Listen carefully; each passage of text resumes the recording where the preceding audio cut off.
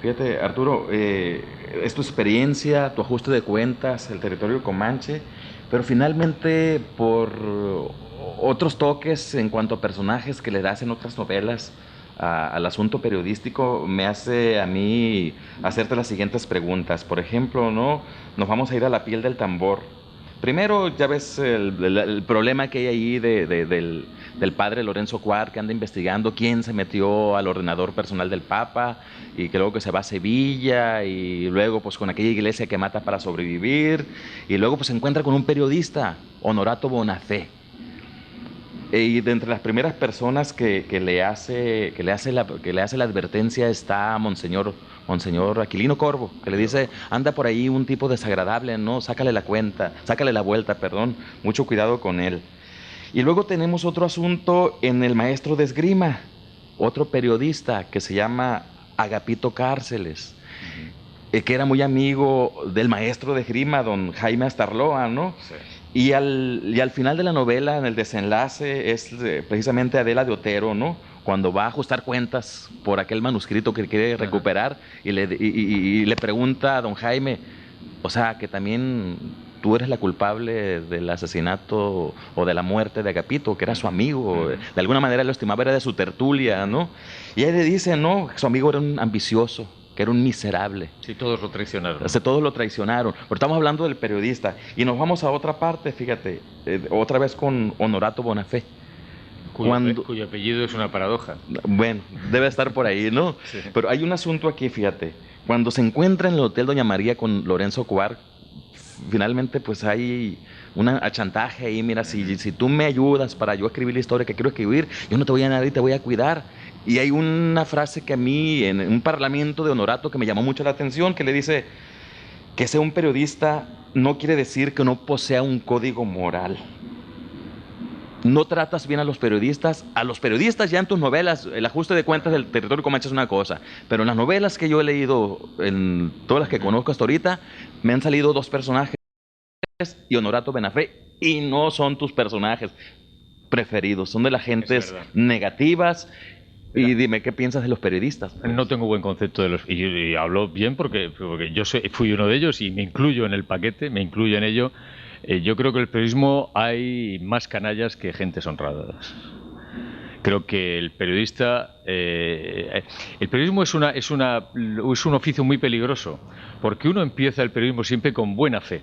Uno empieza el periodismo siempre con deseos de contar la verdad, de ser objetivo, de ayudar a la humanidad. Realmente uno empieza a ser periodista cuando es joven con impulsos nobles, ¿no? Pero es una vida muy perra. El periodista no es más que un mercenario al servicio de una empresa que quiere o poder político o quiere dinero.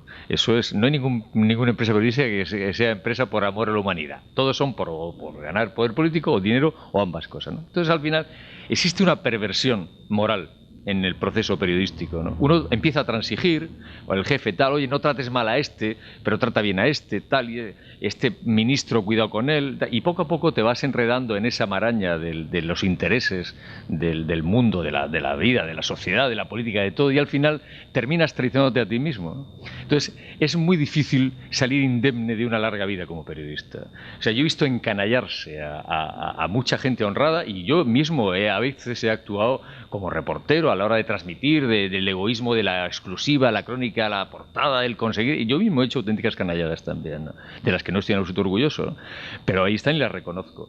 Entonces sé de qué estoy hablando, ¿no? Entonces tengo muy mal concepto de los periodistas. No quiero decir que todos sean así, ¿no? Pero es cierto que es una profesión que su largo ejercicio es como la política. No hay ningún político que sea 40 años político y que sea un político decente. Es casi imposible. Es casi imposible. O sea, puede haber, no lo dudo, pero es muy difícil. Pues pasa igual en el periodismo, ¿no? Hay profesiones que es como la prostitución. O sea, una prostituta pues una persona maravillosa y un encanto que la vida la ha llevado a ser prostituta, ¿no? Pero si eres prostituta durante 30 años tratando con hombres por dinero, al final te haces una mala persona. Una prostituta vieja es una mala persona en muchísimas, como un periodista viejo, un político viejo, porque la vida esa te va envileciendo, ¿no?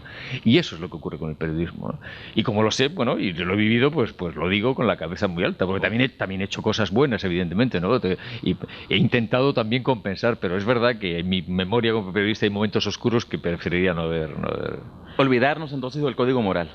Y o los códigos No, de ética que hablan las empresas periodísticas. No, porque sabes una cosa, pasa como con el padre Guarda, al que has citado antes. Uno puede no creer en Dios y ser cura, no pasa nada. Uno puede a lo mejor decir, vale, yo no tengo, no ejercito los valores al 100% morales que debería, ¿no? Pero sí es posible, hasta en las personas más marginales, hasta en los delincuentes, los criminales, la gente peor, la chusma más infame, crearse o tener unos códigos personales que uno no transgrede. Es personal de pronto. Es que al final todo está ahí. Al final te das cuenta de que el único código que de verdad funciona es el código personal. Dice, vale, yo puedo traicionar a todos menos a mi mejor amigo. Por ejemplo, ya está, ya te salvaste. Yo puedo matar, pero nunca mato por la espalda. O sea, eso, es como lo del justo en Sodoma, ¿no? Basta ese pequeño detalle para que ese ser humano no sea del todo condenable, ¿no? Y entonces yo siempre intento buscar en los seres humanos, quizá porque he visto tantas veces la parte amarga y oscura, y entonces siempre buscar ese rinconcito. Entonces a veces me he sentado frente a un canalla, ¿no? Canalla confeso y de ejercicio, ¿no? Y he buscado, tomando una copa con él, hablando, tal, he buscado.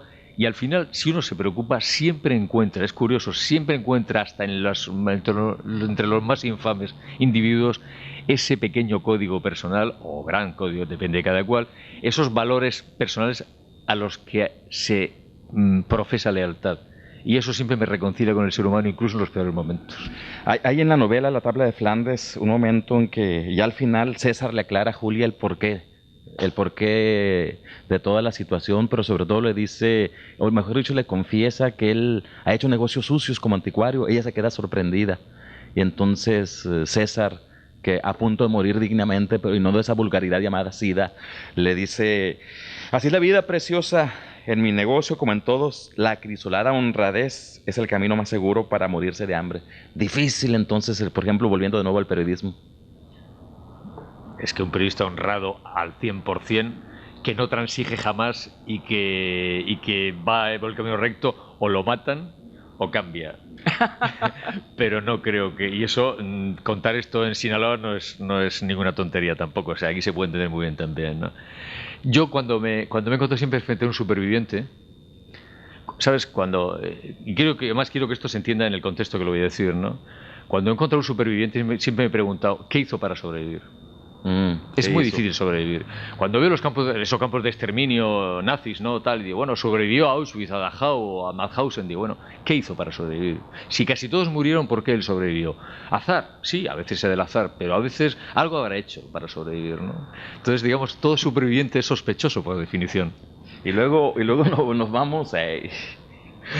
Soy un sobreviviente, ¿no? Claro. De Sinaloa, ¿no? No, pero es que todo es muy... Es decir, quiero decir con esto, igual que en mis novelas, que es que nada es blanco o negro. O sea, en mis novelas, si te das cuenta, nunca hay un malo malo ni un bueno bueno. Todos tienen razones para hacer lo que hacen. Hasta los buenos se salvan a veces en tus novelas, ¿eh? Sí, a veces, ¿no? Pero incluso los malos como César, pues como Adela Dotero, como Horacio Quiscoros, como Nino Palermo, como Boris Balkan, todos, o como ahora Borja, todos ellos, aunque son malos, digamos, ¿no? Pero todos ellos, si intento explicar en la novela que todo malo tiene una razón, todo malo tiene un lado interior que justifica su maldad de alguna forma, ¿no? Porque la vida es así, la vida es muy contradictoria y muy perra y muy confusa. La vida, dice uno de mis personajes, es un paisaje difuso, sin reglas, sin límites, ¿no? En el que uno tiene que poner él las reglas y los límites. Tenemos nosotros que ser quienes pongamos las reglas, ¿no? No nos vienen dadas. Y eso, claro, depende de la educación, de la vida, del azar, de la necesidad. Si yo tuviera 5 hijos que tuvieran hambre, ¿no? Pues yo a lo mejor hacía cosas que no haría. Fíjate, entonces nos vamos a ir aquí al Club Dumas de nuevo, ¿no? Cuando Varo Borja, el librero, ¿no? Que contrata a Lucas para aquella búsqueda, ¿no? Sí. Y aquella locura, vamos a decir así, le dice, no se burle, Lucas, el dinero es la llave que abre la puerta oscura de los hombres. O sea, si hay una necesidad, claro, se abre la puerta oscura de los hombres. Hay un corrido de Sinaloa que dice, el dinero aunque sea sucio quita el hambre, recuérdenlo bien. Es lo mismo, ¿no? Y es así, ¿no? Claro, entonces todo es cuestión, claro, es que hay gente que puede permitirse el lujo de ser honrado. Y de ser noble, y de ser moral, y de ser educado y de tal, porque la vida le ha permitido ejercer esa honradez. Pero hay gente que no ha tenido esa oportunidad. Gente que eso, como he dicho, bueno, tienes 5 hijos que tienen hambre, Bueno, pues tienes que darle de comer. Bueno, pues si tengo una escuadra, pues a lo mejor pues salgo por la calle a buscarle comida a mis hijos. No lo sé, es decir, no sé si haría eso o no, pero a lo mejor, ¿por qué se prostituye? Porque tiene un hijo que darle de comer. A lo mejor otra mujer no lo haría, pero esta sí lo hace. ¿Por qué? Porque a lo mejor su fibra moral es menor, su educación ha sido diferente, su contexto personal y sentimental es distinto. Es decir, todo el mundo tiene razones, ¿no? Y eso es lo que hace que no sea... Que por eso siempre he despreciado mucho y he desconfiado de aquellos que trazan líneas claras. A este lado está el bien y a este lado está el mal, ¿no?